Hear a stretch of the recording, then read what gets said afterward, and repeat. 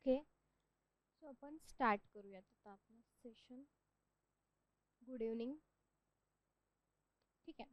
तर बघा आज म्हणजे तसं तर बखर जे आहे आपलं काल संपलेलं आहे. बखर असेल, आज्ञापत्र असेल, ते काल आपण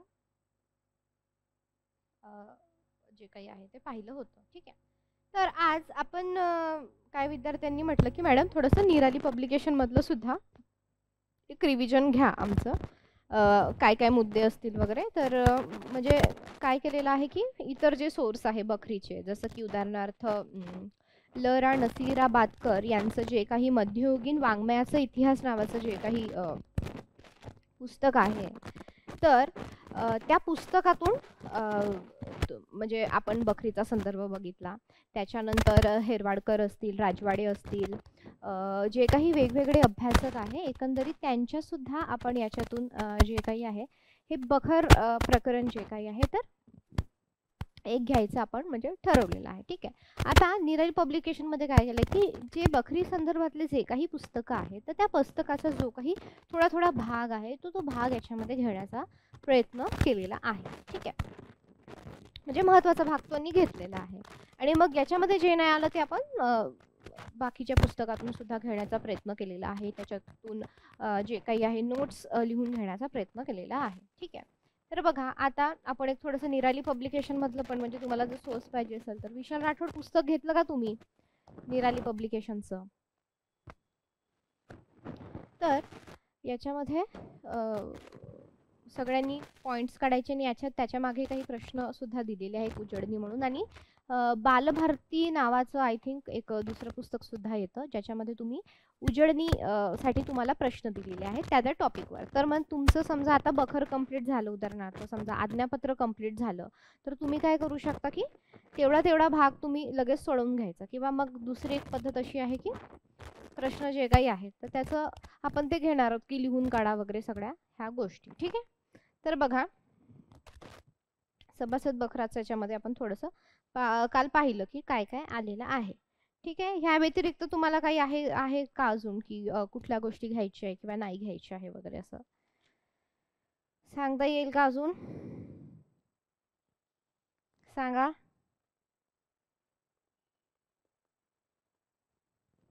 आज्ञापत्र काल पाहिलं आपण, बखर पण पाहिलं, सभासद बखर पण पाहिलं. ठीक आहे. अजून काय? आणि बखर म्हणून फक्त अभ्यासालाच आपल्याला एक वेगळा प्रकार आहे. जसं की बघा घटक 8 मध्ये तुम्ही पाहिलं तर बखर वाङ्मय नावाचं पुस्तकच आहे. म्हणजे याला आपल्याला आपल्या सिलेबसमध्ये याला 2 प्रकारे दिलं आहे. एक घटक म्हणून घटक मधला उपघटक आहे आणि दुसरं काय आहे घटक 8 मध्ये, आणि दुसरं काय दिलेलं आहे घटक 10 जे आहे. तर त्याच्यामध्ये आपल्याला साहित्य कृती म्हणून दिलेला आहे. ठीक आहे. तर आपल्याला बखरीचा अभ्यास जो काही आहे 2 प्रकारे करायचा. तर सभासद जी बखर आहे ती आपण खूप डिटेल मध्ये घेतलेली आहे आणि त्याच्यावरचे जे काही नोट्स आहे ते सुद्धा आपण लिहून घेतलेले आहेत. ठीक आहे. क्लिअर इथपर्यंत? ओके, इथपर्यंत क्लिअर झालं. तर मग आपलं हा जो हे आहे कंप्लीट झालेला आहे हे. तर आता बघा बखर सुद्धा आपलं कंप्लीट झालं आहे. थोडंसं निराली पब्लिकेशन मधलं आपण काही वेगळेपणा आपल्याला काही आहे का वेगळा शिकवण्याच्या व्यतिरिक्त जो काही आलेला आहे तो आपण याच्यामध्ये बघणार आहोत. ठीक आहे. तुम्हाला काही याविषयी काही समजलं नसेल, काही वाटत असेल तर तुम्ही मला विचारू शकता. ठीक आहे.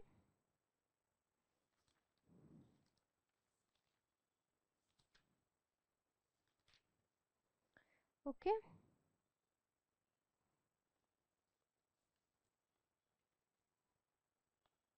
तर बघा आता आपल्याला तसं पाहिलं तर जास्त करून शिवकालीन बखर आपल्याला महत्त्वाचे आहे, तर त्या आपण लिहून घेतलेल्या होत्या. तर एक थोडंसं रिव्हिजन स्वरूपातलं जे काही आहे आपण बघूयात. आणि ज्यांच्याकडे समजा पुस्तक नाही किंवा काय नोट्स नसतील काढल्या तर आपण त्या त्या प्रकारामधल्या नोट्स सुद्धा आज आपण बघूयात. ठीक आहे. आता बघा बखर वाङ्मय. तर बखर हा प्राचीन मराठीतील एक विवक्षित गद्य प्रकार लेखन आहे. ह्यात काय काय आहे बखरीमध्ये आपण बघूयात. हे सगळं झालं. तर वेगवेगळ्या अनुषंगाने बखर कशी आहे, नेमकं काय काय आहे ते त्याची सुद्धा एक उजळणी म्हणून आज आपण बघूयात. ठीक आहे.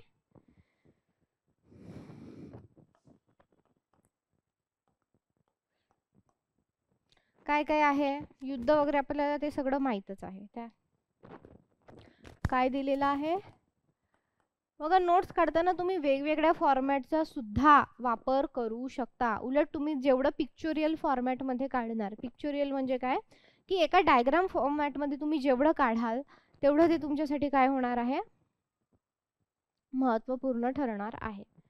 म्हणजे महत्त्वपूर्ण इन द सेन्स की ते तुम्हाला तेवढं त्या पद्धतीने किंवा तेवढं जे काही आहे ते तुम्हाला लक्षात राहणार आहे. ठीक आहे. याच्यामध्ये चरित्र आहे, नंतर काय वंशवाढ, त्यानंतर काय आहे युद्ध वर्णने किंवा युद्ध लिहिलं तरी चालेल. त्याच्यानंतर काय कैफियत. कैफियत म्हणजे एक प्रकारची व्यथा व्यथा नाही म्हणू शकत, एक गोष्टीसारखं सांगणं, त्या स्वरूपातलं एक प्रकारचं सांगणं जे काही आहे ते. आत्मवृत्त.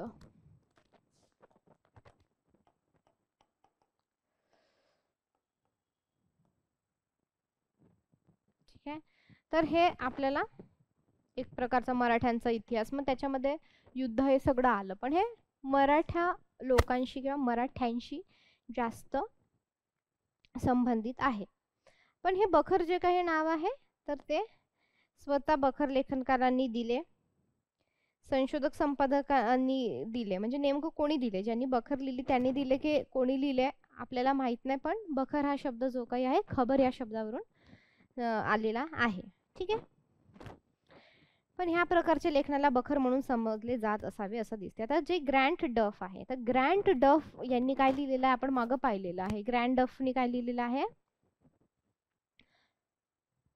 कोणतं पुस्तक मी मागं लिहून दिलं होतं नोट्समध्ये, पानं पलटवून बघा बरं. ग्रँट डफ यांनी काय लिहिलेलं आहे, पानं पलटवून पाहिजेत तुम्हाला. सांगा विशाल, सारिका, ग्रँट डफ यांनी काय काय लिहिलेलं आहे.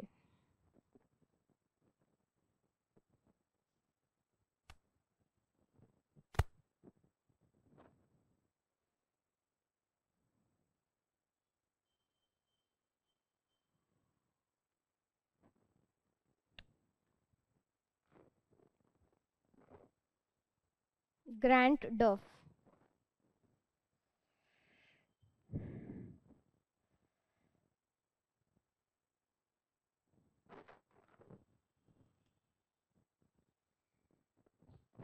ग्रँट डफ यांनी काय लिहिलेलं आहे, लिहून दिलं होतं, म्हणजे तुम्ही रिव्हिजन करत नाही अशाने कसं होणार आहे.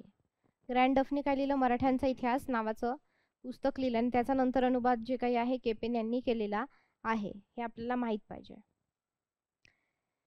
आता बघा थोडंसं जर आपण इतिहासामध्ये गेलं तर आपल्याला काय दिसतं की ग्रँट डफ नावाचा जो काही हा होता व्यक्ती, मराठा ही बखर नाही, मराठ्यांची साधने, मराठ्याची बखर. ठीक आहे. मराठ्यांची बखर, बरोबर आहे, अगदी बरोबर. तर बघा आता तर तेव्हा नाही का जेव्हा तो काळ होता तर साधारण ग्रँट डफ यांनी जाहीरनामाच काढला की मला असं असं लिहायचं आणि त्याच्याकडून जो तो काही शब्द आहे बखर, तो त्याच्याकडून आलेला शब्द आहे. ठीक आहे. तर म्हणून ग्रँट डफने मराठ्याच्या इतिहास लिहिण्यासाठी आवश्यक ती साधने मिळावी म्हणून जाहीरनामा काढला होता आणि त्यात बखर हा शब्द जो काही आहे तो वापरलेला आहे. तर सातारचे छत्रपती प्रतापसिंह आणि ग्रँट डफ यांच्या कागदपत्रांच्या देण्याघेण्या संबंधामध्ये जी बोलणी झाली किंवा जो पत्रव्यवहार झाला त्यातही बखर हा शब्द वापरण्यात आलेला आहे. ठीक आहे. तर हे अशा प्रकारचं आहे. ठीक आहे. एक वाक्य लिहून घ्या खाली नोट्समध्ये, एक वाक्य जे काही आहे ते नोट्समध्ये लिहून घ्या. म्हणजे बखर तर आपल्याला माहिती आहे, पण अजून तो शब्द कुठून आलेला आहे आपल्याला ते सुद्धा लिहून घ्यायचं आहे. ठीक आहे. तर बघा लिहून घ्या, सातारचे छत्रपती प्रतापसिंह, सातारचे छत्रपती प्रतापसिंह लिहायचंय सगळ्यांनी.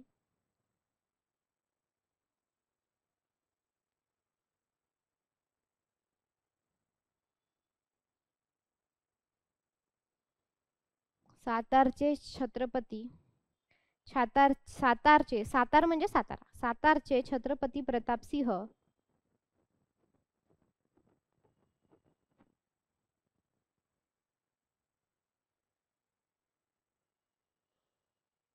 सातारचे छत्रपती प्रतापसिंह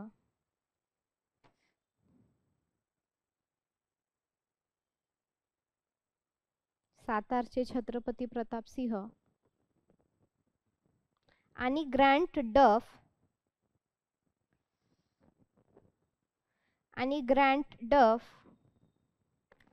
यांच्यात कागदपत्रांच्या घेण्या देण्यासंदर्भात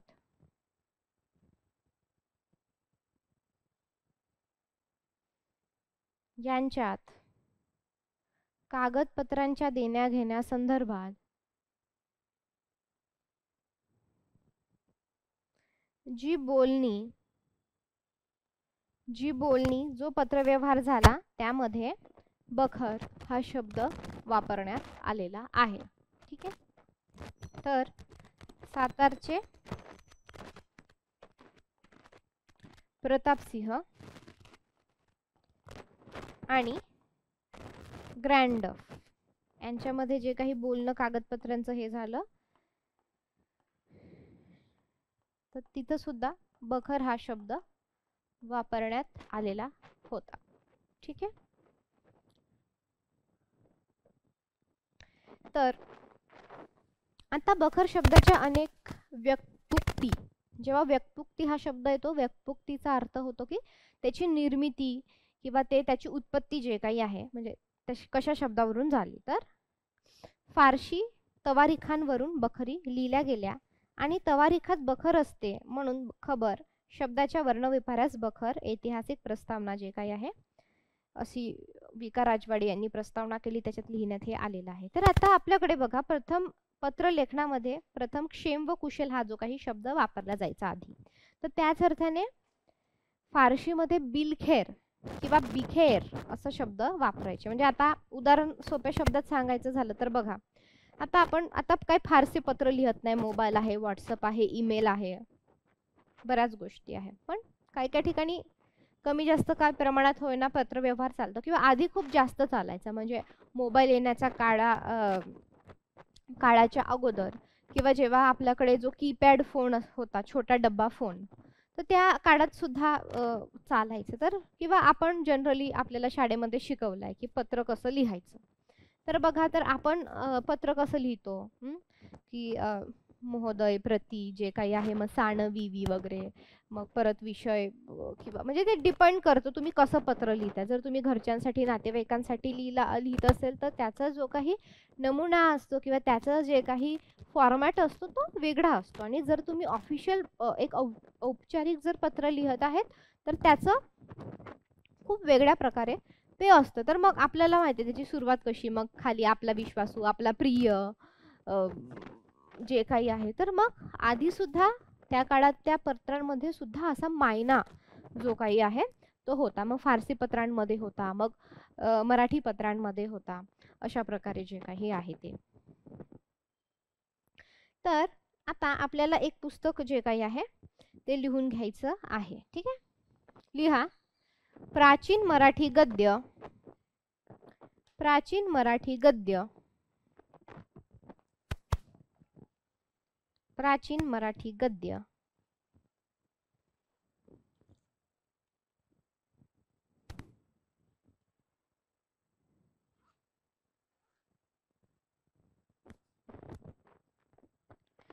प्राचीन मराठी गद्य.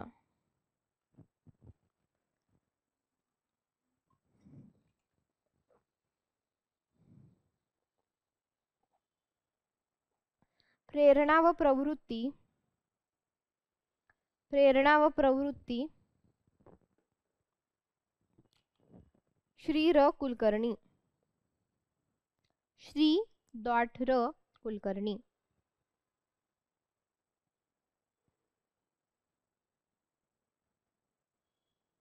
ठीक आहे.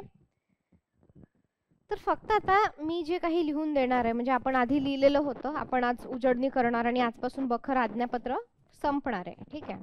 तर बघा आता कोणती बखर कोणी लिहिलेली हे खूप जास्त महत्त्वाचं जे काही आहे त्याची उजळणी घेतो आणि हे आपल्याला पाठच पाहिजे. ठीक आहे. तर आता मी काही बखरींची नावं सांगणार आहे, ते लिहून घ्यायची आणि जरी आधी लिहिले असेल तरी काही मिस झाले असेल किंवा कोणी अब्सेंट असेल तरी लिहून घ्या. ठीक आहे. आता हे जे मी सांगणार आहे ते आहे शिवकालीन बखरी. कारण आपण पाहिलं आहे की सगळ्यात जास्त जर बखरी कोणत्या काळामध्ये लिहिल्या गेल्या आहेत तर त्या शिवकालीन बखरी लिहिल्या गेल्या आणि प्रॉपर त्या म्हणजे निम्म्यापेक्षा ज्या काही शिवकालीन बखरी होत्या तर त्या शिवाजी महाराजांवर लिहिल्या गेल्या आहेत. कोणावर लिहिल्या गेल्या आहेत? शिवाजी महाराजांवर. ठीक आहे. आणि मग पूर्वी थोडा वेगळा प्रकार होता आणि नंतर जे काही आहे पूर्वोत्तर जो काही आहे तो वेगळा प्रकार आहे असं आपल्याला दिसून येतं. तर आता बघा हे लिहायची गरज नाही, सभासदांची बखर तुम्हाला माहित आहे. दुसरं लिहा शिवाजी महाराज. लिहा शिवाजी महाराज छत्रपती जनेश्वर चरित्र. शिवाजी महाराज छत्रपती जनेश्वर चरित्र डॅश रघुनाथ यादव चित्रे. रघुनाथ यादव चित्रे ब्रॅकेट मध्ये लिहायचं आहे चित्रगुप्त. ब्रॅकेट मध्ये लिहायचं आहे चित्रगुप्त.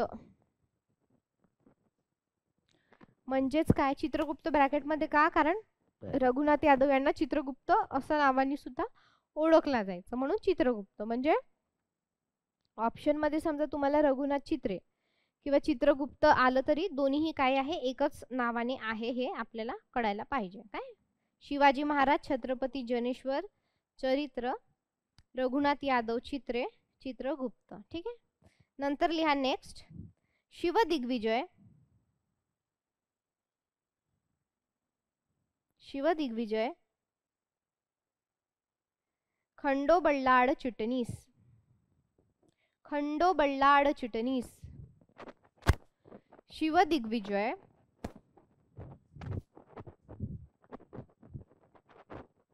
शिवदिग्विजय खंडोबल्लाळ चिटणीस.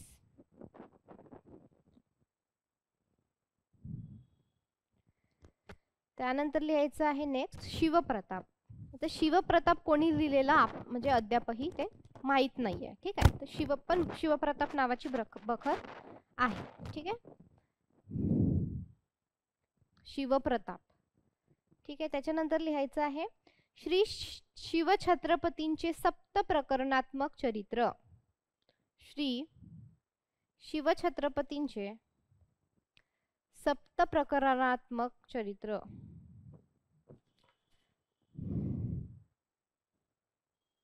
सप्त प्रकरणात्मक याचा अर्थ काय होतं? 7 प्रकारामध्ये विभागलेलं. 7 प्रकरणामध्ये विभागलेलं.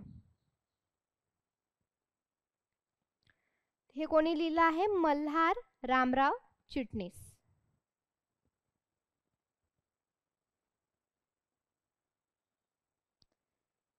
मल्हार रामराव चिटणीस. त्यानंतर लिहा शेडगावकरांची बखर. शेडगावकरांची बखर.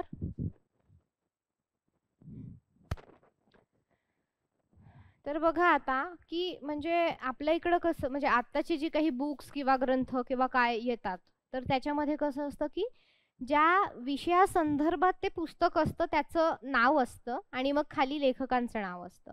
तर बखरीमध्ये तसं नव्हतं. बखरीमध्ये कसं होतं की बाबा ज्या व्यक्तींनी ती बखर लिहिलेली आहे त्याच्या नावाने ती बखर म्हणजे अशा सगळ्याच बखरी नाही पण जसं तुम्ही सभासद बखर बघितली, भाऊसाहेबांची बखर बघितली किंवा ही बखर बघितली शेडेगावकरांची. तर याच्यामध्ये काय आहे की ज्यांनी ते लिहिली आहे त्यांच्या नावानेच ती बखर जी काही आहे त्या बखरीचं नाव पडलेलं आपल्याला दिसून येतं. आता जसे ग्रंथ वगैरे येतात आता कसं आहे की त्या ग्रंथाविषयीचं आहे. समजा एखादं समजा जपान विषयीचं आहे किंवा आता इकिगाई नावाचं पुस्तक आहे तर त्याच्यामध्ये काय की जापानीज लोकांच्या टेक्निक्स त्यांच्या जीवनशैली लिहिलेलं आहे. काही त्या लेखकाचं नाव नाही लिहिलेलं आहे. म्हणजे ज्या विषयी आहे त्या विषयाच्या अनुषंगाने एक नाव देतात आणि लिहितात. तर बखरीला काही बखरींना जे काही आहे तसं नव्हतं. ज्या व्यक्तींनी ती बखर लिहिलेली आहे त्या व्यक्तीच्याच नावाने ती बखर आहे. आता बघा, हे शेडेगावकरांची जी काही बखर आहे ना, तर याच्यावरून डिरेक्टली आपल्याला समजून येतं की ही बखर शेडेगावकरांनी लिहिलेली आहे. ठीक आहे. नेक्स्ट, 91 कलमी बखर. 91 कलमी बखर. 91 कलमी बखर. दत्ताजी त्रिमल वाकेनवीस. दत्ताजी त्रिमल वाकेनवीस.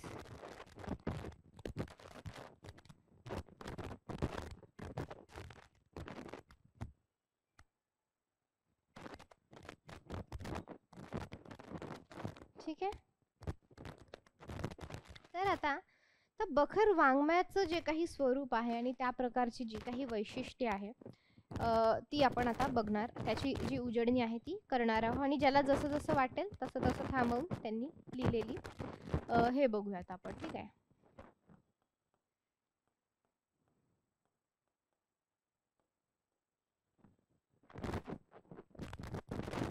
तर बघा, आता स्वरूप आणि वैशिष्ट्ये म्हणजे बघा, आता प्रश्न कसे असतात, दोन तीन प्रकारचे प्रश्न असतात. एक काय असतात, फॅक्च्युअल म्हणजे काय की तुम्हाला तिथे तुमची माहिती ती पाठ असणं, ते फॅक्ट्स माहीत असणं खूप गरजेचं आहे किंवा पाठ असणं खूप गरजेचं आहे. तर समजा असा प्रश्न आले की बाबा 91 कलमी बखर कोणी लिहिली, तिथं काही वावच नाहीये ना कोणत्या गोष्टीला. एक तर माहीत असणे, माहीत आहे किंवा माहीत नाही, च्या पलीकडे फार तुम्ही काही जास्त करू शकत नाही. म्हणजे तिसरा पर्याय आहे की तुम्ही एलिमिनेट वगैरे करा, पण समजा तुम्हाला काहीच माहीत नाही आहे तर मग एक तर असं असतं की माहीत असणे, माहीत नसणे, हा एक पर्याय असतो. म्हणजे अशा प्रकारचा एक प्रश्न असतो ज्याला म्हणतात फॅक्च्युअल प्रश्न. आणि आता दुसऱ्या प्रकारचा प्रश्न कसा असतो, संकल्पनात्मक असतो, की म्हणजे त्या विषयासंदर्भात किंवा त्या घटकासंदर्भात तुमच्या ज्या काही संकल्पना आहे त्या स्पष्ट असणे गरजेचे. जरी ते तुम्हाला पाठ नसलं तरी चालेल, पण बाबा तुम्हाला माहित आहे की उदाहरणार्थ तुम्हाला माहिती आहे बखर म्हणजे काय आहे. तुम्हाला माहित आहे की बखर म्हणजे मराठ्यांचा इतिहास आहे. त्याच्यामध्ये युद्ध वर्णन आहे, प्रसंग वर्णन आहे, चरित्र आहे, कैफियत आहे, आत्मचरित्र आहे, असं वेगवेगळ्या प्रसंगांनी ते रंगवलेलं आहे. तुमची काय झाली संकल्पनात्मक स्पष्टता. याला पाठ केलं नाही केलं, एकदा डोक्यात फिक्स झालं की झालं. बरोबर आहे. तर मग असे संकल्पनात्मक प्रश्न येतात, पूर्वार्ध, उत्तरार्ध, किंवा ते पहिलं वाक्य देतात, मग दुसरं वाक्य देतात आणि मग खाली असा प्रश्न तयार करतात की वरील पैकी कोणते विधान बरोबर आहे. मग ऑप्शन असतात. तर असे दोन प्रकारचे प्रश्न आहेत. तर बघा, काही याच्यामध्ये तुम्हाला पाठ करणं गरजेचं आहे, काही याच्यामध्ये नाही. तर मग या प्रकारे असं जेव्हा आपण स्वरूप आणि वैशिष्ट्ये, जेव्हा एखाद्या घटकाला समजून घेतो आपण, तर तेव्हा आपल्याला ह्या संकल्पनात्मक गोष्टी लक्षात ठेवणं गरजेचं आहे, कारण याच्यावर असे वेगवेगळ्या प्रकारचे प्रश्न येतात आपल्याला. ठीक आहे. तर बघा, आता बखरीमध्ये राजकीय घटना वर्णन केलेल्या असल्या तरी बखर म्हणजे इतिहास नाही. ठीक आहे. आपण मागच ते पाहिलं की बखर म्हणजे काय, इतिहास नाहीये. का नाहीये, कारण ते एका साहित्यासारखं, वाङ्मयासारखं जे काही आहे ते लिहिलं गेलेलं आहे. त्याच्यामध्ये गद्य आहे, काही भाग पद्य आहे, गद्य पद्य मिश्रित, त्याच्यात अलंकार आहे वेगवेगळं, त्याला भाषा शैली, ह्या अनेक गोष्टी त्याच्यामध्ये आहेत. तर त्यात ऐतिहासिकता कमी आणि काल्पनिकता व अवास्तविकता आपल्याला जास्त, जे आपण म्हणतो ना ते रंगवून वगैरे जे काही सांगितलं आहे, रंगवून, ढंगवून, चढवून, तर याच्यामध्ये काय आपल्याला जास्त सांगितलं आहे की कल्पना टाकलेल्या आहेत. जसं आपण ते फलश्रुती वगैरे पाहिलेलं होतं. काहीतरी अवास्तविक म्हणजे काय, वास्तविक म्हणजे काय की वास्तविक पाहता म्हणजे काय, खरे पाहता किंवा सगळ्या गोष्टींचं महत्त्व लक्षात घेता किंवा वास्तविक पाहता म्हणजे खरं पाहता, सद्य परिस्थिती पाहता, त्याचा अर्थ होतो अवास्तविक. आता समजा जे हे आहेत आपले सभासद आहे आपले कृष्णाजी अनंत सभा, ती सभासद बखराची फलश्रुती जी आहे ती कशी देतात, ती सभासद बखर जो कोणी वाचेल त्याचं कल्याण होईल, तो काय होईल, श्रीमंत होईल, तो दारिद्र्यापासून काय होईल, मुक्त होईल. ज्याला जो निपुत्रिक असेल, ज्याला पुत्र नाही, त्याला पुत्र होईल, संतान होईल, किंवा असं अनेक गोष्टी लिहिलेल्या आहेत. पण याला काही तथ्यच नाही, याला काही लॉजिकच नाही आहे, त्याच्यामुळे काय आहे, अवास्तविक. पण त्याच्यामध्ये टाकलेला आहे. म्हणजे काही भाग विश्वसनीय आहे, काही भाग अविश्वसनीय आहे किंवा अतार्किक म्हणू शकतो किंवा अवास्तविक म्हणू शकतो. तर अशा प्रकारचे जे काही आहे ते दिसतो. पण काही काही गोष्टींमधून आपल्याला इतिहास कळतो. जरी काही काही गोष्टींमधून इतिहास कळत असला तरी काय आहे तो इतिहास नाही. बखर म्हणजे इतिहास नाही आहे. इतिहासातला काही भाग दिलेला आहे, ऐतिहासिक काळात लिहिला गेलेला आहे मात्र खरं. तर याच्यावर पण तुम्हाला संकल्पनात्मक स्पष्ट काय म्हणतात संकल्पनात्मक प्रश्न येऊ शकतो. 2 पॉइंट मध्ये येऊ शकतो. कशा प्रकारे फ्रेम करू शकणार ते असं फ्रेम करतील. बखर म्हणजे इतिहास होय असं करतील. ठीक आहे. बखरीमध्ये राजकीय वर्णने आढळतात.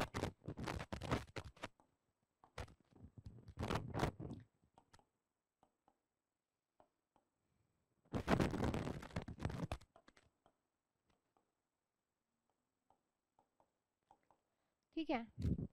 तर हे आपल्याला काय वाटतं रे, बखर तर इतिहासात लिहिली गेली आहे, म्हणजे बखर म्हणजे काय आहे, इतिहास आहे. पण बखर मध्ये इतिहास नाही तर मग तो इतिहासातच हे बघा, तुम्ही असं थोडं कॉमन सेन्स पण वापरू शकता, लॉजिक पण लावू शकता. जर बखर म्हणजे इतिहास असता तर बखर मराठीत काय करत असतं, तो इतिहासाला दिला असता ना तो विषय.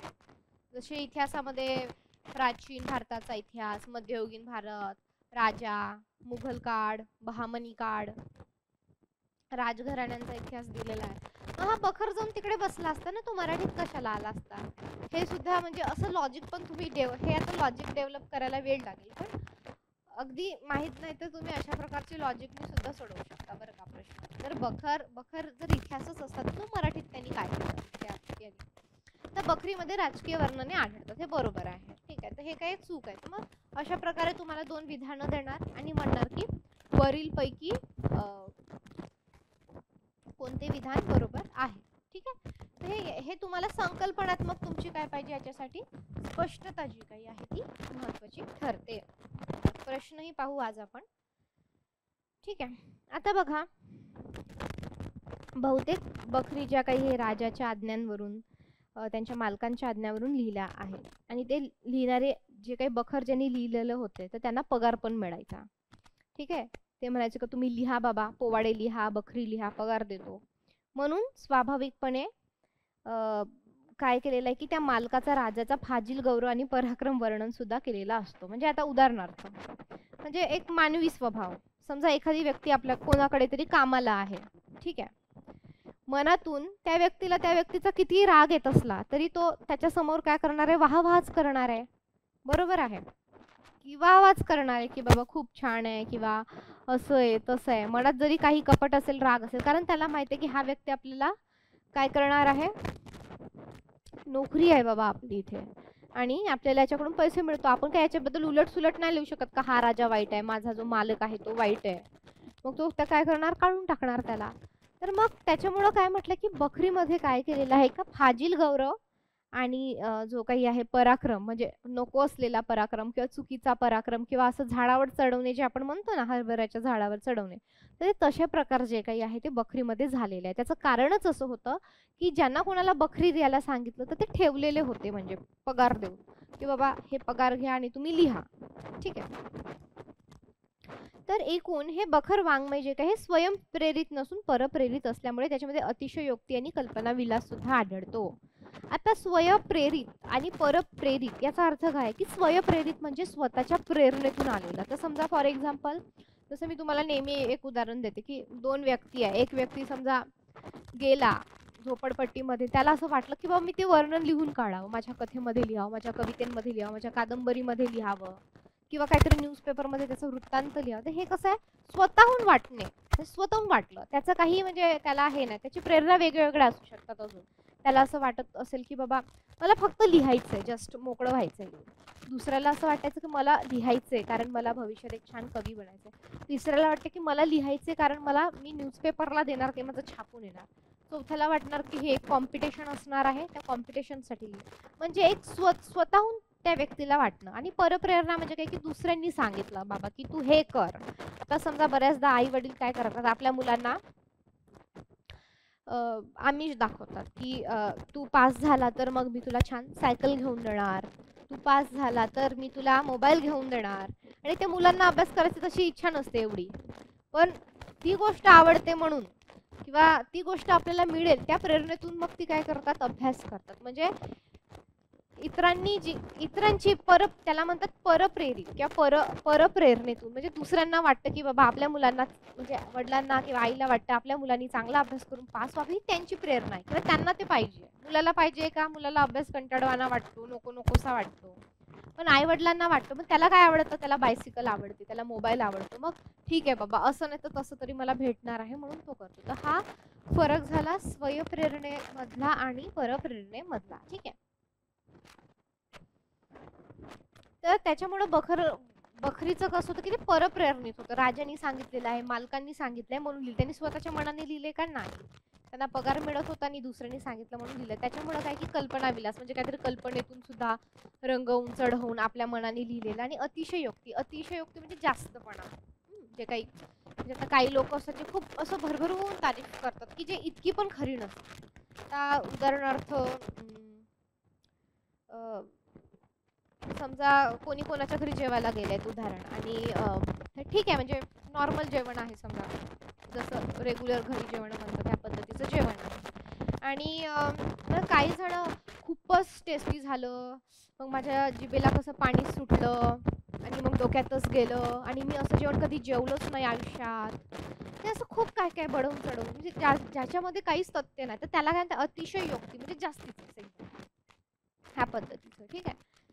तर आता अनेक बखरीमध्ये आपल्याला अशा प्रकारच्या ज्या काही काल्पनिक गोष्टी, कल्पना आपल्याला याच्यामध्ये दिसून येतात आणि बऱ्याच ठिकाणी असत्य घटना सुद्धा सांगितलेल्या आहेत.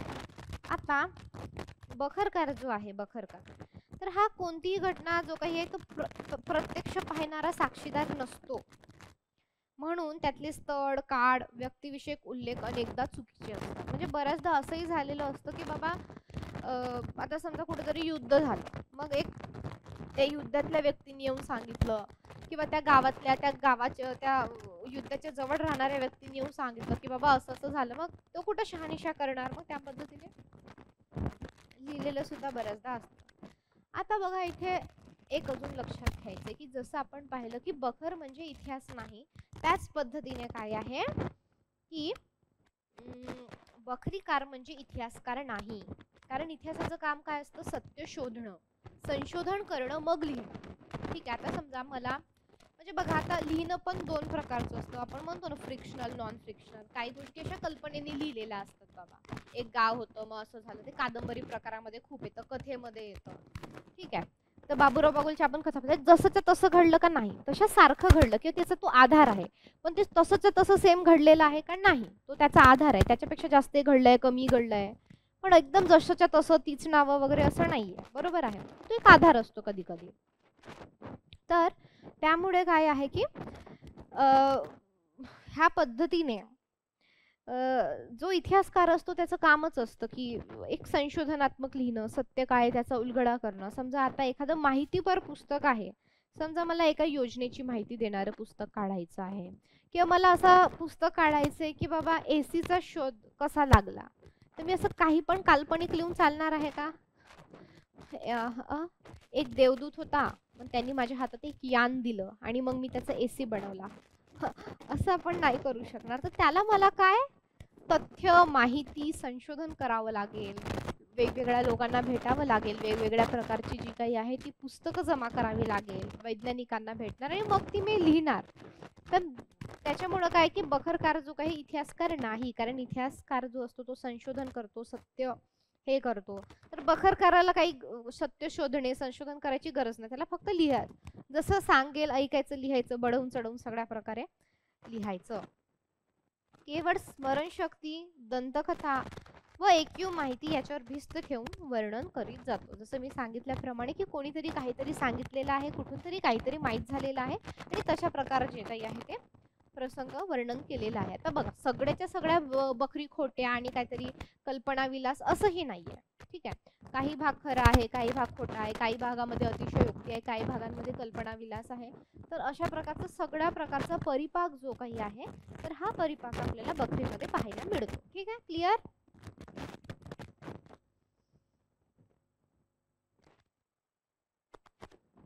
आता बघा, बखर पक्षपाती भावनेने लिहिलेली असते. पक्षपाती म्हणजे काय की समजा हा, आता समजा उदाहरणार्थ आता आपल्याकडे वेगवेगळे पक्ष आहे. बीजेपी आहे, काँग्रेस आहे, राष्ट्रवादी आहे, बहुजन आघाडी आहे, एक्सेट्रा एक्सेट्रा.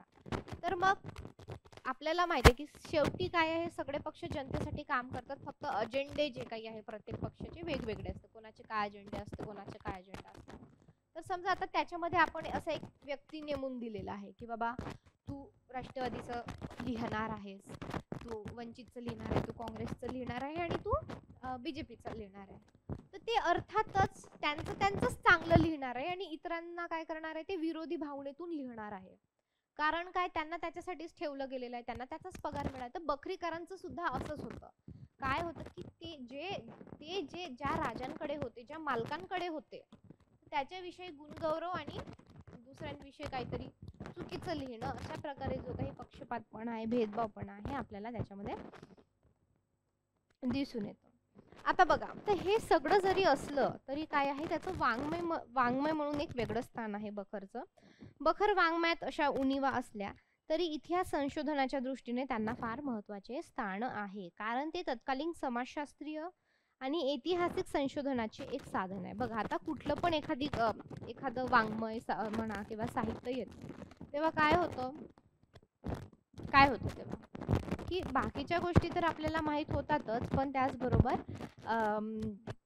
त्या काळातली जी काही सामाजिक परिस्थिती आहे, केशभूषा, वेशभूषा, खाद्य संस्कृती, हे सगळं माहीत होतं. जसं आता आपण बहिणाबाईंच्या कविता पाहतो, तर कविता जरी असल्या तरी त्या काळातली जी काही शेती वर्णन आहे, कृषी वर्णन आहे, खाद्य संस्कृती आहे, वस्त्र आहे, पोशाख, ह्या सगळ्या गोष्टी ज्या काही आहे आपल्याला त्याच्यातून दिसून येतात. क्लिअर?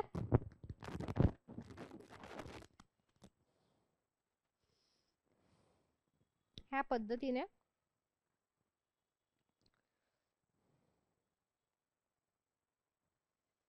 आपल्याला हे गोष्टी दिसून येतात. ठीक आहे.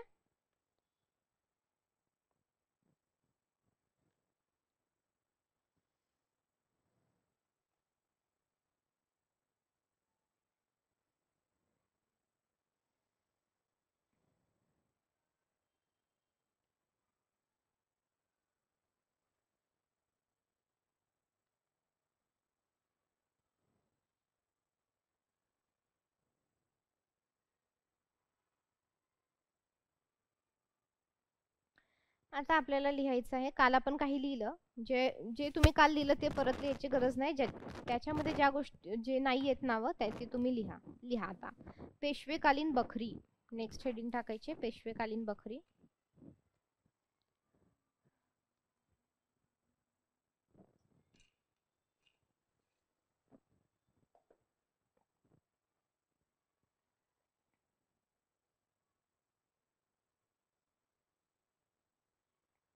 पानिपतची बखर, पानिपतची बखर, रघुनाथ चित्रे. पानिपतची बखर, रघुनाथ चित्रे. भाऊसाहेबांची बखर, म्हणजे त्यांना प्रेमाने भाऊसाहेबच म्हणायचे. जसं सभासद, कृष्णाजी अनंत सभासद असले तरी त्यांना काय म्हणायचे, सभासद म्हणायचे. तसं भाऊसाहेबांची बखर, कृष्णाजी शामराव यादव.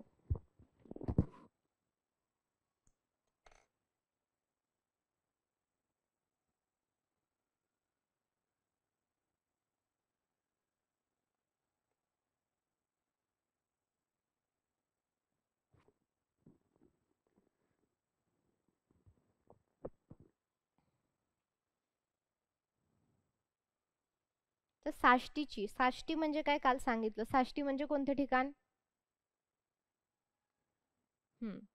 साष्टीची उर्फ ठाण्याची बखर,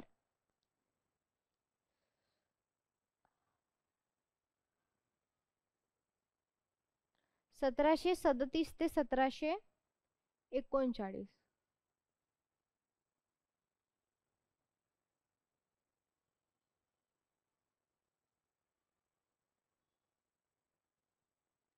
सतराशे 37 ते 1739. ठीक आहे. याची कोणी लिहिलेली आपल्याला म्हणजे माहित नाही. ठीक आहे, अनामित असं आहे ते. त्यानंतर लिहा शाहू महाराज यांची बखर.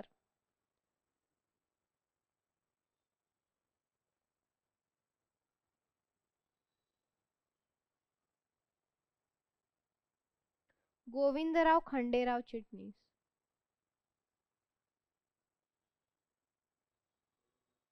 खंडेराव चिटणीस. चिटणीस.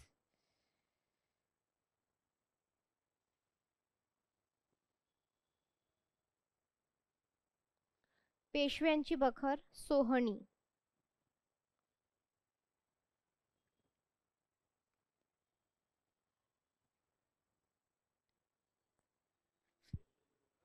सोहनी.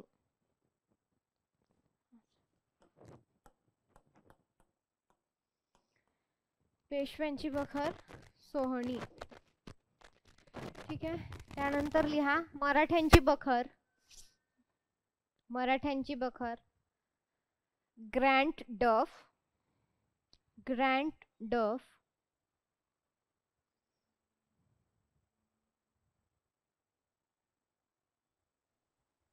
अनुवाद केपेन.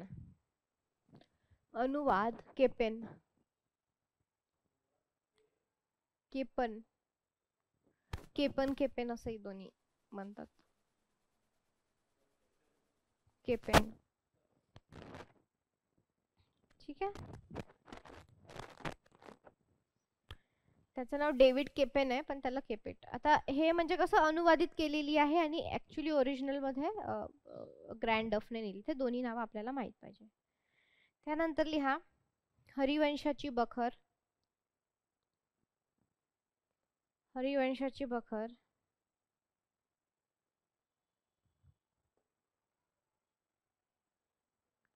हरिहर बाळकृष्ण पटवर्धन.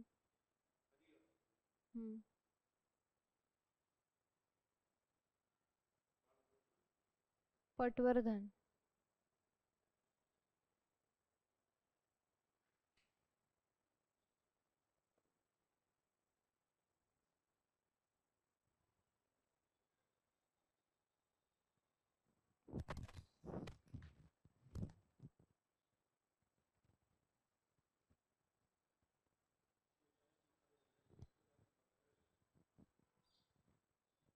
शिव काळानंतर मग पेशवे काळ आलेला आहे. काल आपण नाना फडणवीस वगैरे बाजीराव पेशवा त्यांचा काळ.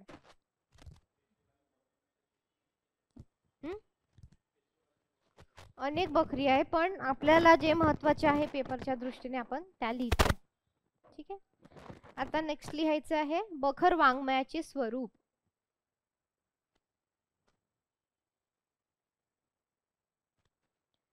बखर वाङ्मयाचे स्वरूप.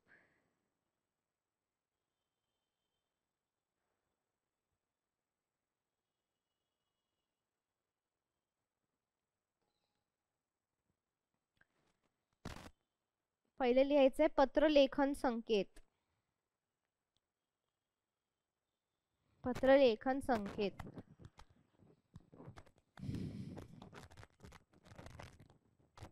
त्यानंतर लिहायची राजाज्ञा. राजाज्ञा. राजाज्ञा म्हणजे राजांनी केलेली किंवा मालकाने केलेली आज्ञा. राजाज्ञा. त्यालाची आपण फोड केली तर राजा अधिक आज्ञा म्हणजे राजाज्ञा. आपल्या शब्दांची फोड करता यायला पाहिजे.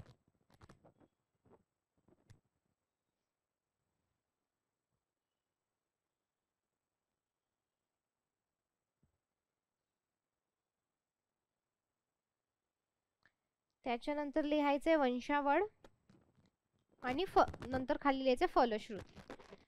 वंशावळ फलश्रुती.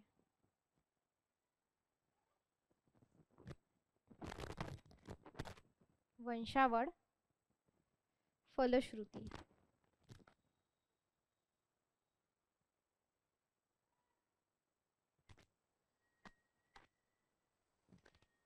ठीक आहे.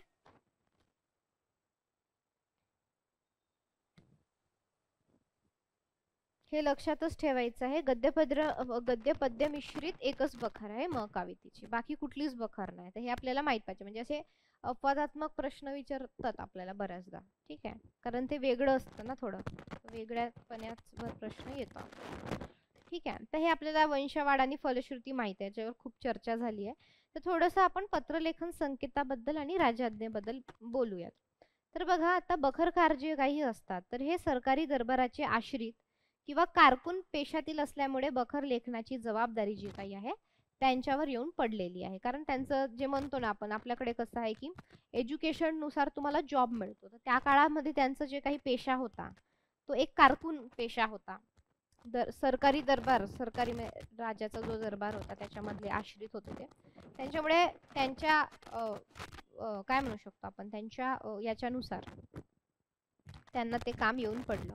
आणि त्यामुळे पत्र लेखनाचा संकेत स्वीकारून जवळजवळ सर्वच बखरीचे लेखन झाले. आणि हा संकेत मुळात राजवट बदलल्यानुसार जो काही आहे, आता राजआज्ञा नावानुसारच बखरीची जी काही सुरुवात आहे पत्र लेखनाच्या मायन्याने होते. आपण हे पाहिलेलं आहे की जे काही आहे पत्र लेखन आहे आणि वंशावळ वगैरे ह्या गोष्टी लक्षात ठेवायच्या आपल्याला. कोणीतरी राजकीय पुरुषांच्या आज्ञेनुसार ह्या बखरीचे लेखन झाले. अशा प्रकारे आहे. म्हणजे आता उदाहरण सांगायचं तर आता महाकवितेची बखर लिहायची बाबा अशी कोणी आज्ञा केली, तर तेव्हा मालाड चे जे काही देसला नायकराव आहे तर त्यांनी आज्ञा दिली होती की बाबा बखर लिहायचे. तर महिकावती किंवा माही हा सगळा दिल्लीकडचा मुंबईकडचा भाग आहे. मालाड वगैरे कोकण दिल्ली जवळचा जो काही भाग आहे तो. त्यानंतर सभासद बखराची आज्ञा कोणी दिली, राजाराम महाराज यांच्या सांगण्यावरून. आता राजाराम महाराज म्हणजे शिवाजी महाराजांचे जे काही दुसरे पुत्र आहेत तर ते राजाराम महाराज त्यांच्या आज्ञेवरून लिहिली गेलेली आहे. तर सातारची जी काही दौलतीची बखर आहे तर ती चिटणीस यांच्या ती प्रतापसिंह महाराज यांच्या सांगण्यावरून लिहिलेली आहे. तर आता एक 3 नावं आहेत ते आपण लिहून घेऊया. ठीक आहे, चला लिहा. बघा, हे याच्यामध्ये कन्फ्युजन व्हायचं नाही, कोणी लिहिली आणि कोणाची आज्ञा. सभासद बखर कोणी लिहिली, कृष्णाजी अनंत सभासद. आज्ञा कोणी दिली, राजाराम महाराज. राजाराम महाराज म्हणजे शिवाजी महाराजांचे दुसरे पुत्र किंवा धाकटे पुत्र. ठीक आहे, तर लिहून घ्या. चला, सभासद बखर राजाराम यांच्या आज्ञेवरून.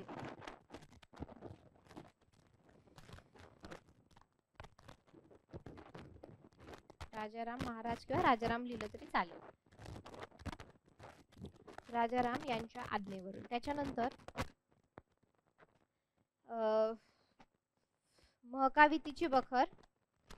महिकावतीची बखर मालाडचा देसला नायकराव. मालाडचा देसला नायकराव यांच्या आज्ञेवरून.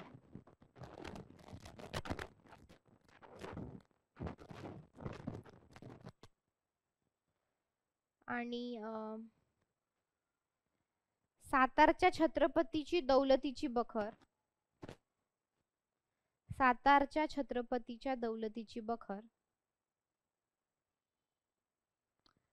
ही जी काही आहे प्रतापसिंग महाराज यांच्या आज्ञेवरून.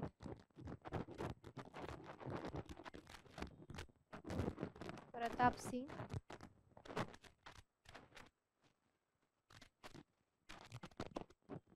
महाराज यांच्या आज्ञेवरून. क्लिअर? इथपर्यंत काही आहे तुम्हाला? ठीक आहे.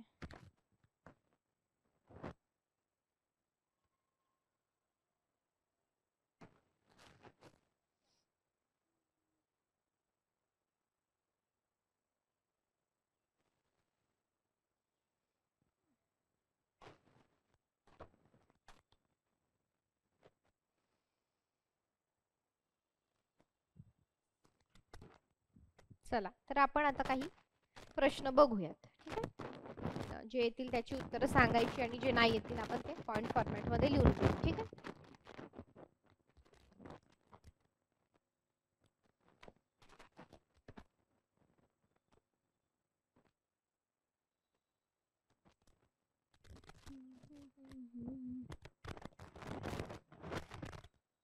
आणि बाकी मग तुम्ही वाचतच आहात, त्याच्यातल्या नोट्स काढा. ज्यांना नोट्स पॉसिबल नसेल त्यांनी हायलाइट वगैरे करा. तर आता मला सांगा, आपण एकंदरीत जे काही शिकलोय आतापर्यंत त्याच्यावर त्यावर आधारित आपण हे लिहिणार. आता सांगा, भाऊसाहेबांची बखर ही कोणत्या रणसंग्रामाच्या सविस्तर वृत्तांत देणारी आहे? ऑप्शन बघा, पानिपत, खर्ड्याची लढाई, सभासदांची शालिवाहन. बघा, म्हणजे याचा अर्थ काय की भाऊसाहेबांची बखर जी आहे ती कशावर? पानिपतची बखर. सांगा, विशाल राठोड, सायली, चला सगळेजण जे आहेत ते.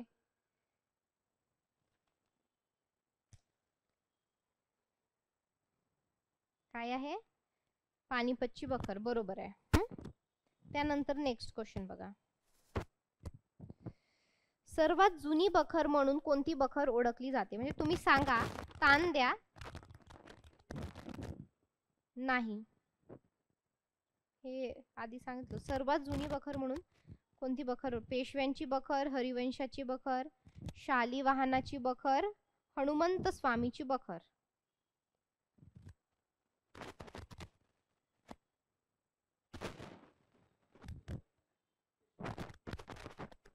पेशव्यांची बखर, हरिवंशाची बखर, शालिवाहनाची बखर आणि हनुमंत स्वामीची बखर. हे घेतलं होतं, नोट्स पण लिहिले आपण याच्यावर. हो, कोणती बखर आहे?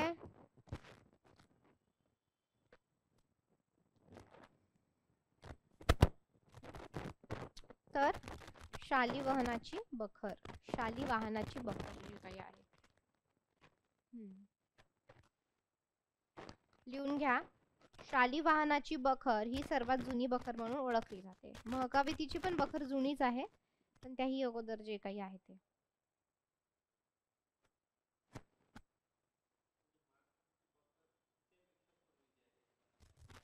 हो,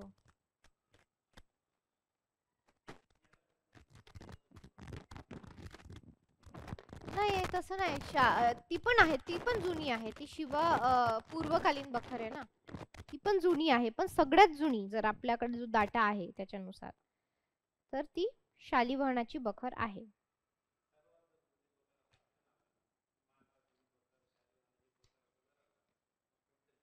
शालिवाहनाची.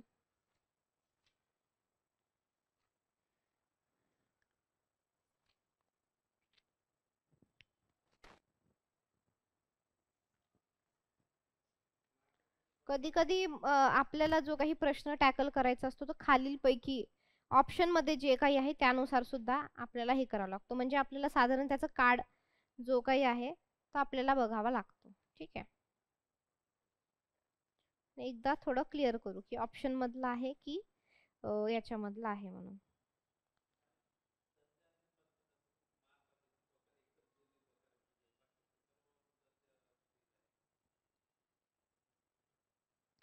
तर बघा, हे बघा, इथं थोडंसं काही विद्यार्थ्यांना कन्फ्युजन आहे. आपण ते कन्फ्युजन दूर करूया. ठीक आहे, बघा, तर नोट्स मध्ये मी जे लिहून दिलं नोट्स नुसार, म्हणजे जर बघा आता 1-2 प्रकारचे प्रश्न असतात.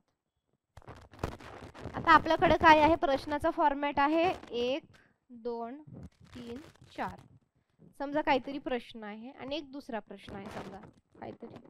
ठीक आहे, आता प्रश्न असा आहे की बाबा खालीलपैकी सगळ्यात जुनी बखर कोणती? तर मग ती जुनी बखर असं जुनी बखर म्हणून नाही, तर ऑप्शन मध्ये कोणतं दिलेलं आहे त्यानुसार आपल्याला आहे. तर आपल्या नोट्स मध्ये किंवा आपल्या माहिती जी आहे ती सगळ्यात जुनी बखर कोणती आहे? महकावितीची बखर. पण ऑप्शन मध्ये काय आहे? महकाविती आहेच नाही. मग आपल्याला पूर्व कालातील बखर माहित आहे. शिवपूर्व बखर कोणते आहे? पेशव्यांची बखर तर नाही, कारण शिव काळानंतर पेशव्यांच्या बखरी आलेल्या आहेत. मग तो ऑप्शन काय होणार? कट. हरिवंशाची बखर पण नंतर आली आहे, बाकीच्या बखर पण.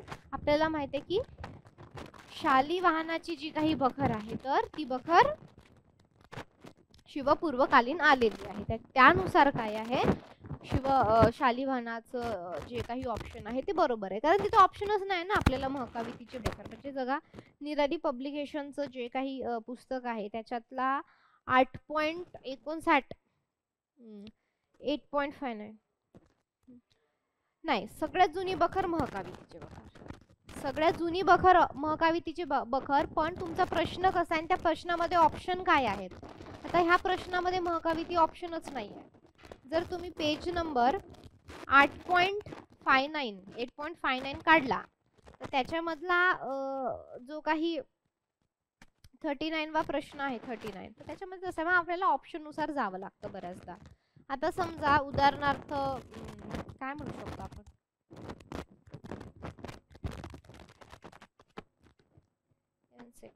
तर ह्या प्रकारे आपल्याला आहे.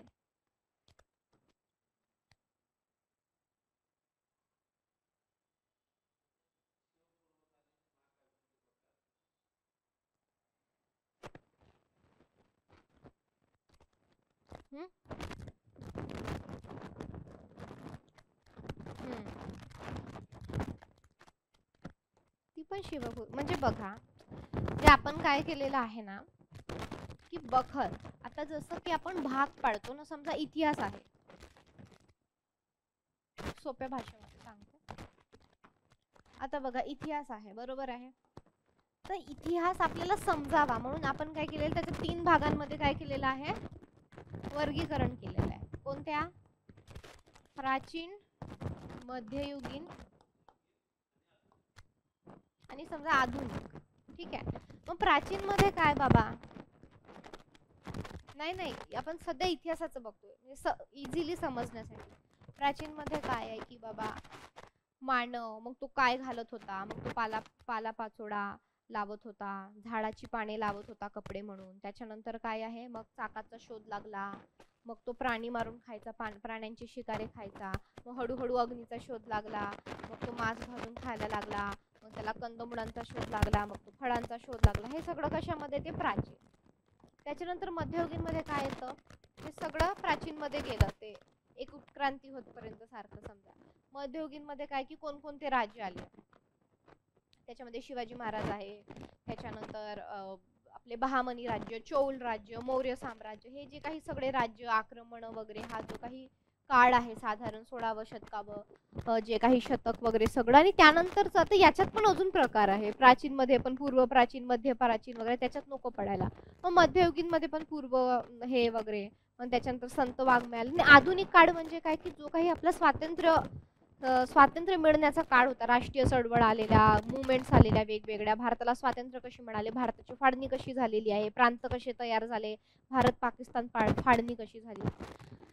तर ह्या सगळा आधुनिक भाग झाला. तर याचं वर्गीकरण करणं महत्वाचं होतं. आपण सगळं खिचडी नाही करू शकत ना एकमेकात, हे सगळं मिक्स नाही करू शकत, समजणारच नाही, बरोबर आहे.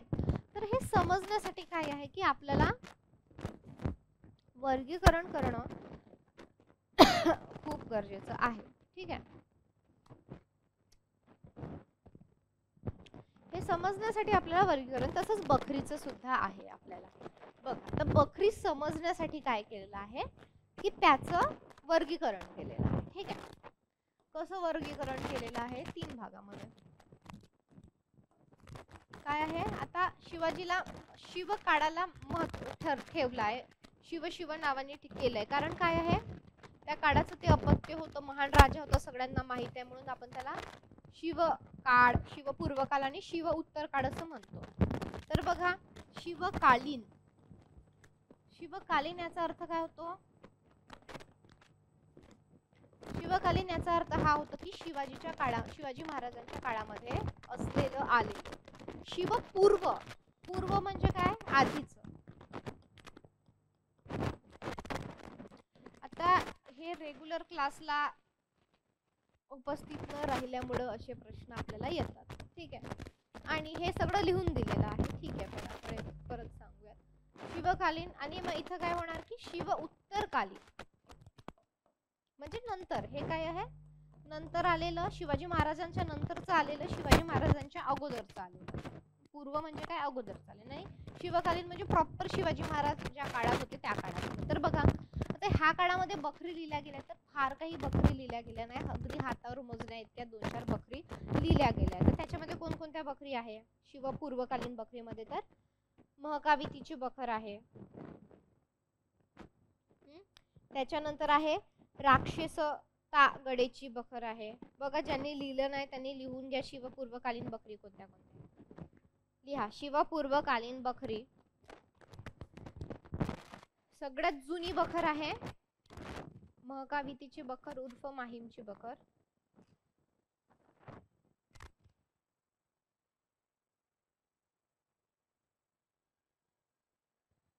त्यानंतर लिहा, म्हणजे हे आपण कालानुक्रमे सांगतेय मी आता. महकावितीचं बखरचं असं काही एकदम प्रॉपर काळ नाही, पण एक अंदाजे काळ दिलेला आहे 1370 ते 1400 लेखन काल जो काही आहे.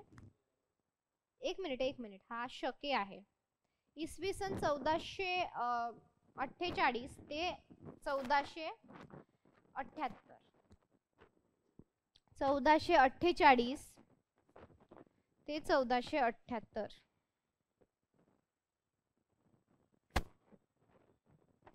1448 ते 1478.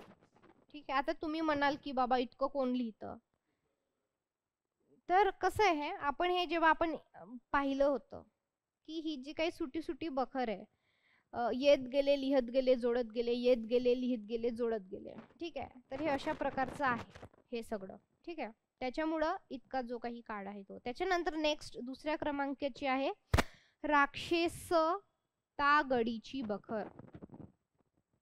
राक्षस तागडीची बखर. राक्षस तागडीची बखर. ठीक आहे.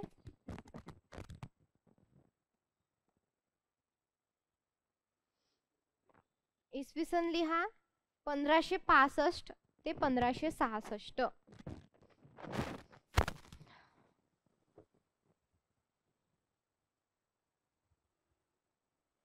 1565 ते 1566. ठीक आहे. त्याच्यानंतर लिहा शालिवाहनाची बखर. शालिवाहनाची बखर.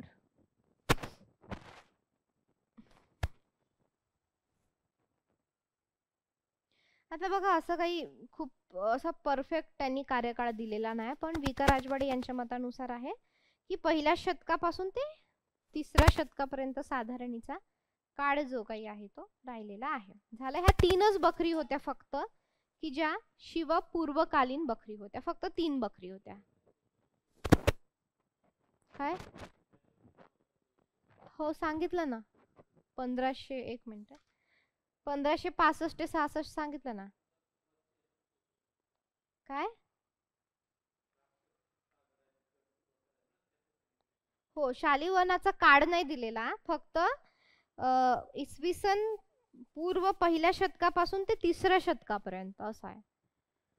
पहिल्या शतकापासून. कारण कसं आहे की काही ज्या बकरी होत्या, म्हणजे काही जणांनी अशी एका जणांनी एक बखर लिहिली, पण काही जणांनी काय केलं की थोडं थोडं थोडं थोडं थोडं थोडं लिहिलं आणि मग ते काय केलं एकत्रित केलं. त्याचं उदाहरण म्हणजे महकावितीची बखर आहे. तर महकावितीची बखर काय कोणी एकाने असं हे नाही केलेलं आहे, थोडं थोडं थोडं थोडं ऍड करत गेले. नंतर मग त्याला संपादकाचं नाव लागलं. संपादक म्हणजे त्यांनी सगळ्यांनी जे जोडलं वगैरे ह्या सगळ्या गोष्टी त्या प्रकारे. तर बघा अभ्यासाच्या दृष्टीने, इतिहासाच्या दृष्टीने, म्हणजे जे काही आहे आपल्या साहित्याच्या दृष्टीने शिवपूर्वकालीन फक्त 3च बकरी आहेत. त्या तुम्हाला लक्ष, इतर पण असतील पण आपल्या अभ्यासाच्या पेपरच्या आणि आपले संदर्भ पुस्तक आहेत तर त्यानुसार जे काही आहेत 3च बकरी ज्या काही आहे ते महत्वाचं आहे. तर पहिली आहे, दुसरी आणि तिसरी. ठीक आहे. एक जवळपास त्याचा काळ आपल्याला सांगितलेला आहे. ठीक आहे. त्याच प्रकारे तुम्ही आता शिवकालीन बखर कोणत्या ते बघून मला सांगा आणि शिवोत्तर काळातील बखर सांगा. ओके, सांगा आता शिवकाळातील बकरी कोणत्या कोणत्या कोणत्या आहेत.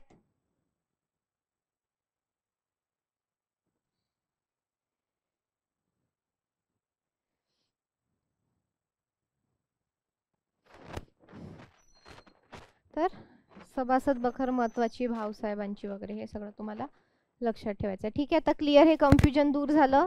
काही डाऊट आहे अजून तुम्हाला? ऑनलाईन विद्यार्थी, ऑफलाईन विद्यार्थी,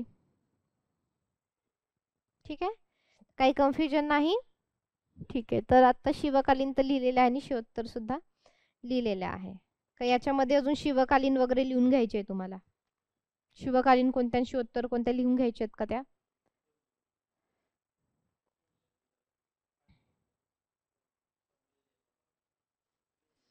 अत्यंत महत्वाच्या बखरी त्याच लिहून घेऊया. ठीक आहे, चला लिहा. शिवकालीन बखरी, शिवकालीन बखरी,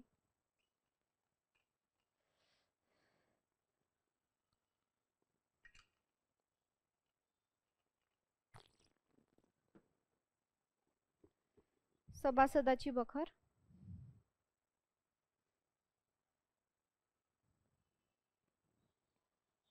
आणि मी जे हे लिहून देत आहे ना तुम्हाला, हे ऑर्डर नुसार लिहून देते. म्हणजे उद्या समजा प्रश्न जरी आला, कालानुक्रम लावा किंवा काय, खालीलपैकी कोणतं पहिलं वगैरे, तर तुम्हाला माहित पाहिजे. ठीक आहे, तर हे शिवकाळातील पहिली बखर आहे बरं का, सगळ्यात पहिली बखर आहे. त्यानंतर लिहा शिवदिग्विजय.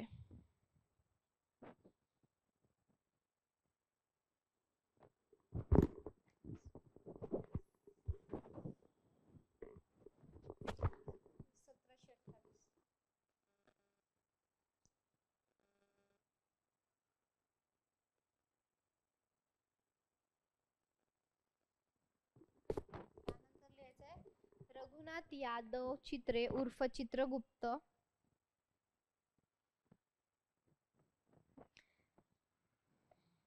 रघुनाथ यादव चित्रे उर्फ चित्रगुप्त याने लिहिले आहे शिवाजी महाराज छत्रपती जनेश्वर यांचे चरित्र. शिवाजी महाराज छत्रपती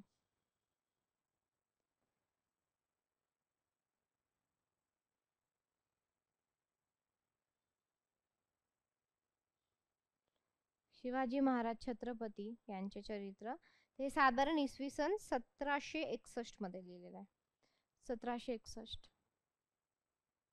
ठीक आहे, म्हणजे थोडस दिग्विजय आधी हे झालं.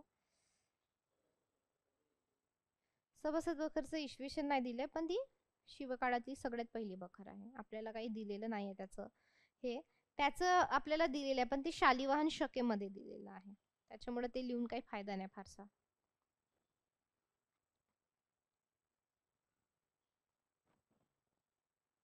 ठीक आहे, त्यानंतर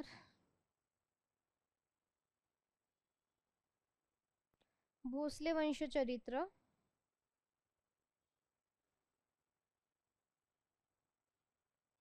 बाबूराव चिटणीस. भोसले वंशचरित्र बाबूराव चिटणीस.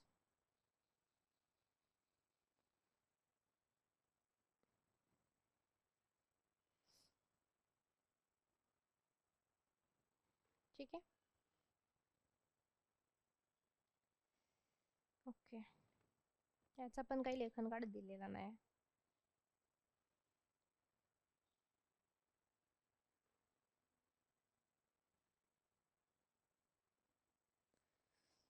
तर लिहा, हे सगळं आता रामराव यांनीच लिहिलेल्या बखरी आहे. रामराव, मल्हार रामराव यांनी लिहिलेले आहे. खाली आता ज्या मी सांगणार आहेत त्या. ठीक आहे, तर लिहा शिवछत्रपतींचे सप्त प्रकरणात्मक चरित्र. शिवछत्रपतींचे सप्त प्रकरणात्मक चरित्र.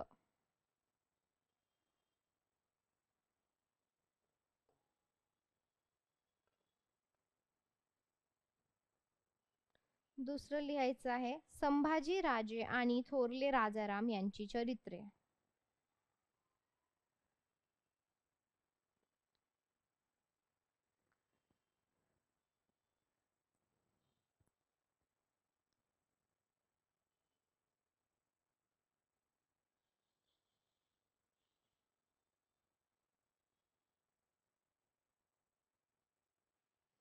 त्याच्या सप्तचरित्रात्मक हे लिहिले ना. ठीक आहे, सप्त म्हणजे सात, सात प्रकारचं जे काही आहे त्याच्यात आलेलं आहे.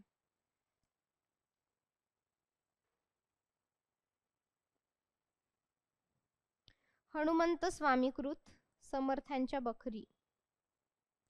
हनुमंत स्वामीकृत समर्थांच्या बखरी.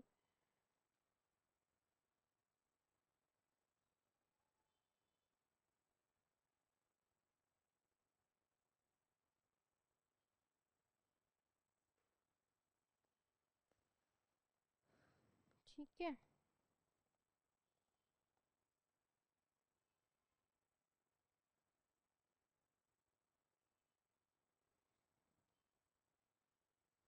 ठीक आहे, तर जे आपण अत्यंत महत्वाच्या बखरी लिहितोय. ठीक आहे. ठीक आहे, आता त्याच्यानंतर लिहा पेशवेकालीन बखरी.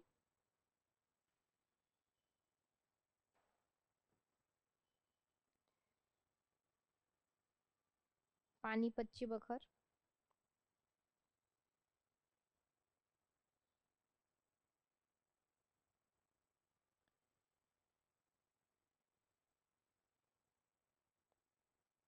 बघा आता शिवकालीन बखरीच्या तुलनेमध्ये पेशवेकालीन बखरी थोड्या कमी पण लिहिल्या गेलेल्या आहे आणि विविधता पण आढळते. कारण शिवकालामध्ये ज्या बखरी लिहिल्या गेल्या त्या मोस्टली निम्म्यापेक्षा जास्त बखरी शिवाजी महाराजांवर लिहिल्या गेल्या होत्या.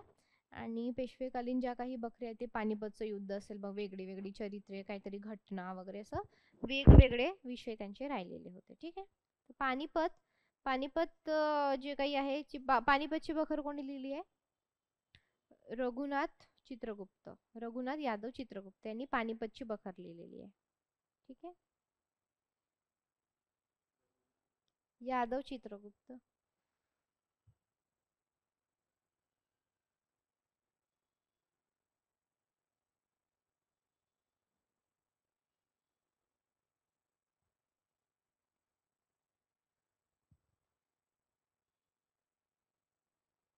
ठीक आहे. त्याचे यांचे संपादक आहे पानिपतच्या बखरीचे संपादक रवी हेरवाडकर.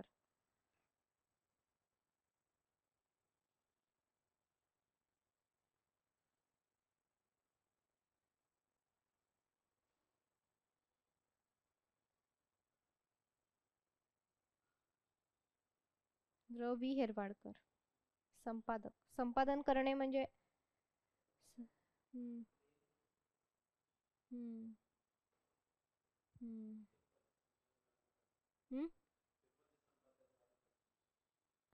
संपादक म्हणजे एक प्रकारचं जमा करणं, एडिट करणं त्याला, अशा प्रकारे. म्हणजे आता समजा एक थोडं थोडं थोडं थोडं आहे, मग ते जमा करणं, त्याच्यामध्ये काय एडिट करणं, काही भाग काढायचा, काही ऍड करायचा, असं वेगवेगळ्या प्रकारचं असतं त्या त्या याच्यानुसार.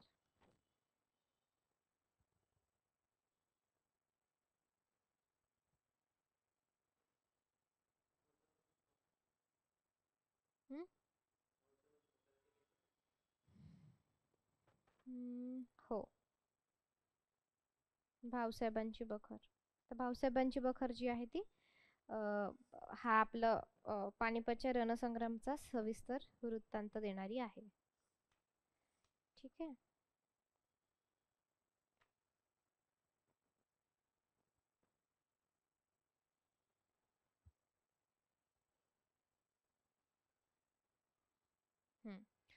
ठीक आहे. आता बघा याच्यामध्ये एक लिहून घ्यायचंय आपल्याला, कदाचित त्याच्यावर प्रश्न विचारू शकतात नाही का, महत्वाचं आहे. लिहून घ्या खाली सगळ्यांनी एक पॉइंट.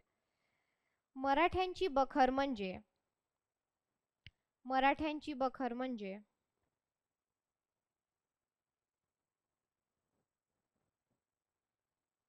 ग्रँट डफने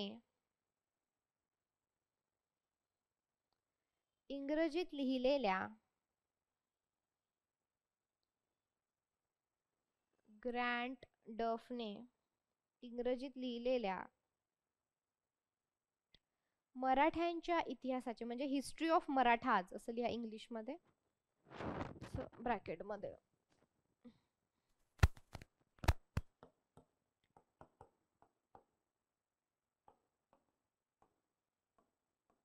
किंवा मराठीत लिहिलं तरी चालते. हिस्ट्री ऑफ मराठाज मराठ्यांच्या इतिहासाचे भाषांतर असून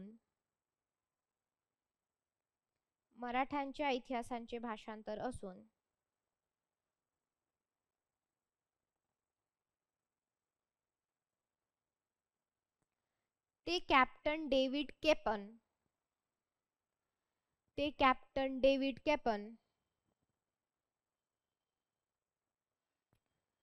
याने, कॅप्टन डेव्हिड केपन याने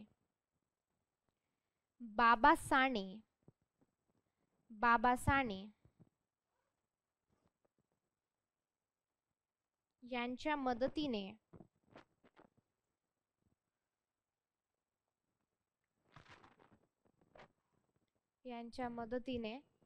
तयार केलेले आहेत. म्हणजे मूळ ट्रान्सलेशन. तर याचं ऍक्च्युअल श्रेय जे आहे ते ग्रँड डफलाच दिलं जातं.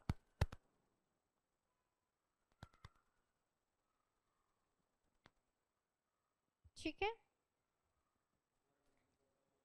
मराठ्यांचे डफ हो विचारू शकतात प्रश्न आपल्याला. म्हणजे काय बघा की यांनी हा जो ग्रँड डफ आहे तर त्यांनी इंग्रजीमध्ये लिहिलं. ठीक आहे. तर बघा सांगते थोडस डिटेल मध्ये. बघा तर ग्रँड डफ, ठीक आहे, तर ग्रँड डफने हिस्ट्री ऑफ मराठा असं इंग्रजीमध्ये लिहिलं.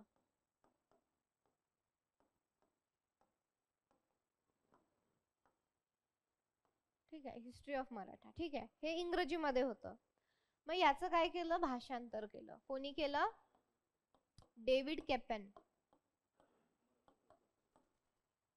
ते कोणाच्या मदतीने केलं, बाबा साने नाव पण महत्वाचं आहे.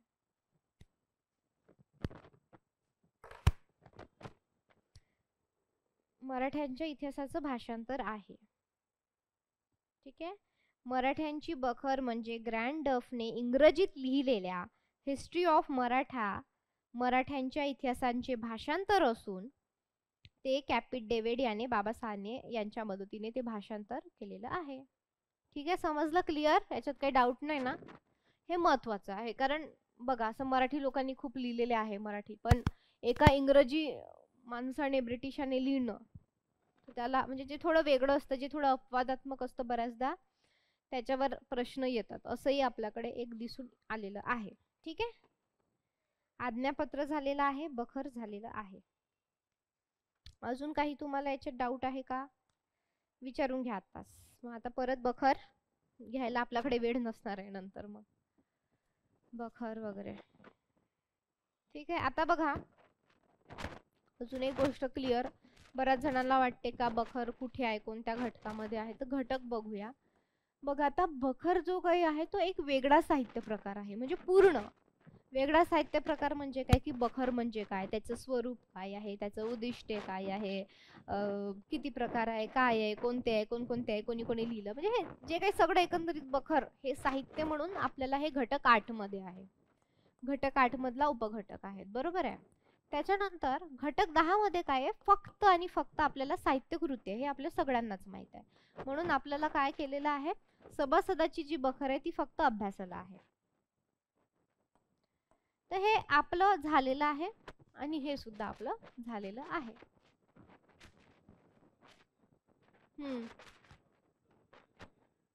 नाही, ते फक्त आपल्याला विचारणार माहिती कोणी लिहिलेली आहे काय. सभासद बखर म्हणजे आपल्याला ते वाचायला दिलेली आहे ना, जसं म्हणजे घटक 10 काय पुस्तकांचा घटक आहे. आता समजा उदाहरणार्थ एक आपल्याला दलित साहित्य असं पण आहे की दलित साहित्य म्हणजे काय बाबा, त्याचं पार्श्वभूमी काय, त्याचा प्रेरणा काय आहे, नेमकं काय आहे, हे सगळं आहे. पण त्याची साहित्यकृती म्हणून आपल्याला घटक 10 मध्ये बाबूराव बागुल वाचायला दिलं. ठीक आहे, याचा अर्थ हा नाही का दलित साहित्य सगळं त्याच्या साहित्यकृती जेवढे पण दलित साहित्याचे पुस्तकं किंवा दलित साहित्यकारांनी जे जे काही लिहिलंय ते वाचणं अपेक्षित नाही. त्याच्यावर काय प्रश्न येणार, की संकल्पनात्मक प्रश्न येणार आपल्याला. कोणी काय लिहिलंय तेवढंच येणार. पण बाबूराव बागुलांच्या आजचं पण त्या साहित्यामध्ये त्याचं पात्र काय आहे, त्याचे संवाद काय आहेत, सगळं आपल्याला येणार. ठीक आहे, तर बखर म्हणजे काय, की एकंदरीत कोणी लिहिलं, काय लिहिलं, त्याचं स्वरूप काय आहे. जसं बखर म्हणजे इतिहास नव्हे, बखरकार हे काही इतिहासकार नाहीत. ह्या संकल्पनात्मक प्रश्न आपल्याला घटक 8 मधून, किंवा बाबा कोणी कोणती बखर लिहिली, पहिली बखर, दुसरी बखर कोणती, त्याचे जे काही आहे ते कालानुक्रमे लावा वगैरे, अशा प्रकारचे प्रश्न आपल्याला घटक 10 सॉरी घटक 8 मधून येणार आणि 10 मध्ये याचे डिटेल्स येणार, ते आपण लिहून घेतलेले आहे सभासदाची बखारमध्ये, जे आपण शिकत होतो शिवाजी महाराजांचं सगळं, की त्यांचं राज्यकारभार, राज्याभिषेक, शेतीविषयीच्या धारण्या, त्यानंतर सैन्य विषयीच्या धारण्या, जे काही आहे तर ते आपण हे सगळं लिहून. पानिपतची बखर हा म्हणजे फक्त त्याच्यातलं थोडंफार असं जे जे नोट्स मध्ये लिहून दिलेलं आहे तेवढंच. कोणी लिहिलेलं आहे, काय आहे, कशा संदर्भात आहे. आता पानिपतच्या ज्या काही सगळ्या बखरी आहेत त्या पानिपत युद्धावर आधारित असलेल्या बखरी आहेत घटक 8 नुसार.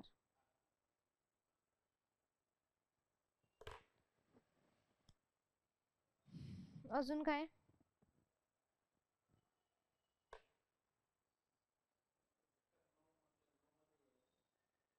नाही, घटक 9 मध्ये नाही, घटक 8 आणि घटक 10.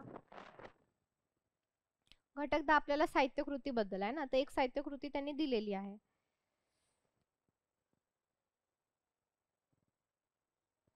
ठीक आहे. त्यानंतर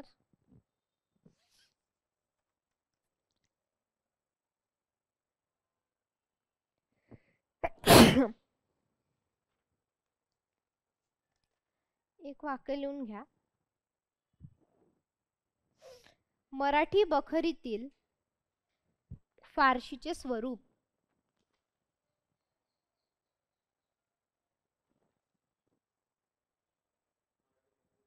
फारशीचे स्वरूप फारसी भाषा, फारसी भाषेचे स्वरूप हे कोणी लिहिलंय? युम पठाण. युम पठाण.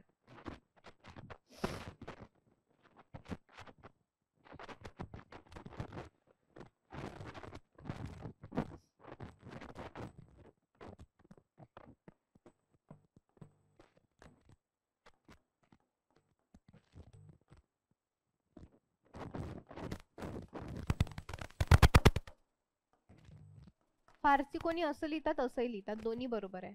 फारशीचे स्वरूप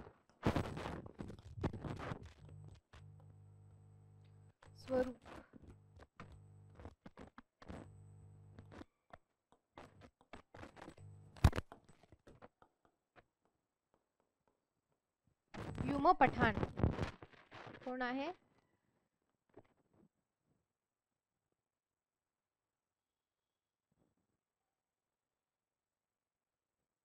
ठीक आहे. मराठी भाषेतील फारसीचे स्वरूप युम पठाण. आता फारशीचे स्वरूप असं म्हणजे याचा अर्थ काय की बाबा हे जे पुस्तक आहे मराठी बखरीतील, सॉरी मराठी बखरीतील, भाषेतील नाही लिहिण्याच्या, बखरीतील करा सगळ्यांनी इथे. तर मराठी बखर म्हणजे की काय, मराठी ह्या ज्या काही बखरी आहे तर याच्यामध्ये फारसी भाषा कशा प्रकारे आलेली आहे, कोणते कोणते शब्द आहेत, त्याचे अर्थ काय आहे, कसा आलाय, कसा प्रभाव पडलाय, तर हे जे काही सगळं आकलन आहे ते याच्यामध्ये लिहिलेलं आहे. तर हे फक्त ग्रंथ जो काही एक महत्वाचा ग्रंथ असल्यामुळे तो आपल्याला लक्षात ठेवायचा आहे, परीक्षेला विचारला जाऊ शकतो. ठीक आहे.